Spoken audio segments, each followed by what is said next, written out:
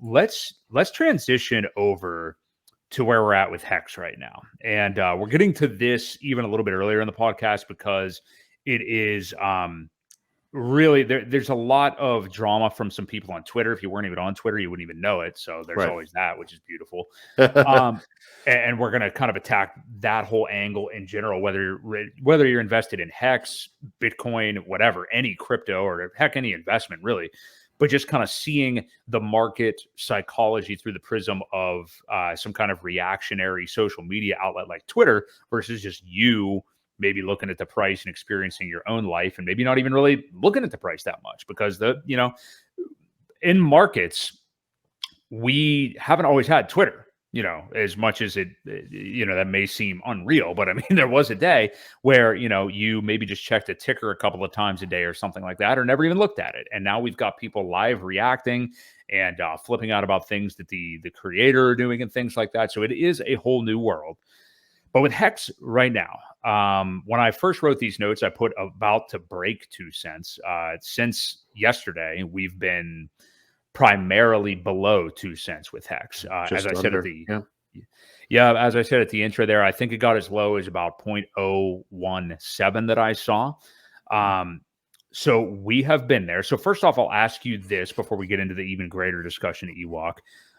We both, a couple of months ago even, we thought that about that like 2.8 to 3 cent area was the bottom. And I'll eat crow on that. I mean, it seemed to make sense to me. It was kind of slowly crawling back up after that. It had crept around 3 cents for such a long time. It just really seemed like it to me. And I think what may be happening here is that we obviously hadn't seen the Hex bottom. I thought if that was the Hex bottom back at that time, and I guess that would have been maybe, I don't know, October or something like that, that we would maybe be seeing like Bitcoins in November. And, we got a little bit of that taste, but now this is like the second big wave down. And, we didn't know if we'd get here. So do you think what we have seen over this last day, and it's literally been like 24 hours, so it's hard to say, but do you think that has been the bottom for Hex, or do we get to a penny and a half or lower? What do you think about the price? Well, I was wrong too. I thought we could have seen the bottom with all the support we had. You have to remember, go to the Twitter thing though. As good as it is for building communities and doing things like that together with an entire community, it's also quite toxic sometimes. So you have to kind of remember that. There are people on Twitter that are literally on there just to FUD you out of your bags. They want a lower price. They want to get in a lower price. They will say and do just about anything to stir it up, to cause trouble, to create FUD.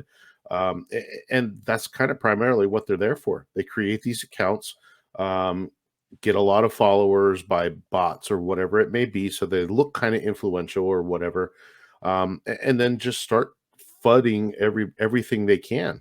There are still Bitcoin maxis out there like Mike Alford, who are they're so happy that Hex is under 2 cents.